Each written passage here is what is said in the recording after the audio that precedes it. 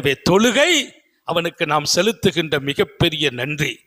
தொழுகை நாம் செலுத்துகின்ற மிகப்பெரிய நன்றி. கடமையோடு நன்றியுடன் ஓடும் நாம் நடக்கிறோம். அது நேரம் தவறாமலும் இருக்க வேண்டும். நேரம் தவறாமை. பெருமானார் ஸல்லல்லாஹு அலைஹி வஸல்லம் கேட்டாங்க, இமாம் புகாரி எழுதுவார், அமல்களில் எல்லாம் மிகச்சிறந்த அமல் எது என்று கேட்டாங்க.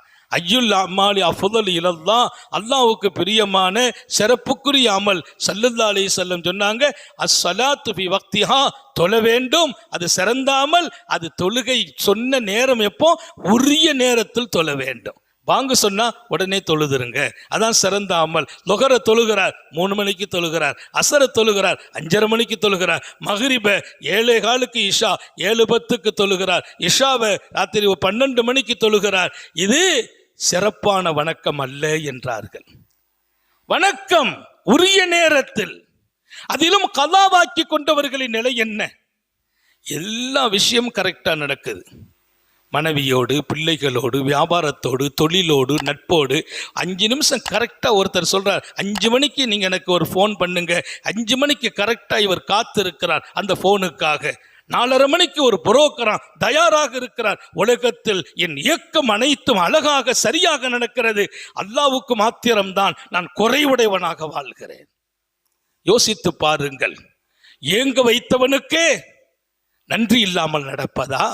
4:30 மணிக்கு புரோக்கரான், 4:30 மணிக்கு அங்க நிக்கணும். மிகச்சரியாக நிற்பவர்களை நான் பாராட்டுகிறேன். அது மார்க்கமும் வரவேற்கிறது. இத்தனை சரியாக உங்களை நிக்க வைத்தவன் அல்லவா அல்லாஹ்.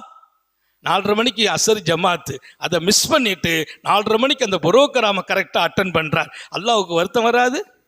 மன்னிக்கிறான், விடுகிறான். எத்தனை நாள்? சரியாக நடங்கள், நன்றியோடு நடங்கள்.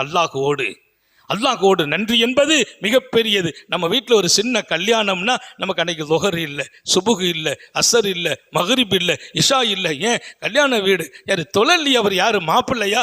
மாப்பிள்ளை இல்லை. மாப்பிள்ளையுடைய வாப்பாவும், மாப்பிள்ளையுடைய ஃப்ரெண்ட்ஸும், மாப்பிள்ளையுடைய அண்ணனும் தம்பியும், மாப்பிள்ளையுடைய உம்மாவும் அக்காவும் தங்கச்சியும், இவங்களுக்கெல்லாம் தொழுகை இல்லை அன்னைக்கு. ஏன்? கல்யாண வீடு பிஸி. கல்யாண வீட்டில் லுஹர் நேரம். நீங்கள் உட்காந்து தக்பீர் கட்டுங்க. வீட்டில் சாப்பிட வந்தவங்களும் சேர்ந்து தக்பீர் கட்டுவாங்க. ரப்பை விடுவதற்கு எங்கே அனுமதி? எங்கள் வீட்டில் புரோக்கராம் என்பதற்காக தொழுகை விடப்படுவதா? மாப்பிள்ளை கூட அவர் தொழுதாக வேண்டுமா இல்லையா? எனவே அல்லாஹ் சொன்ன வார்த்தை அனிஷ்குருலி, எனக்கு நன்றியோடு நடங்கள் என்றான். அந்த நன்றியை காப்பாற்றணும்.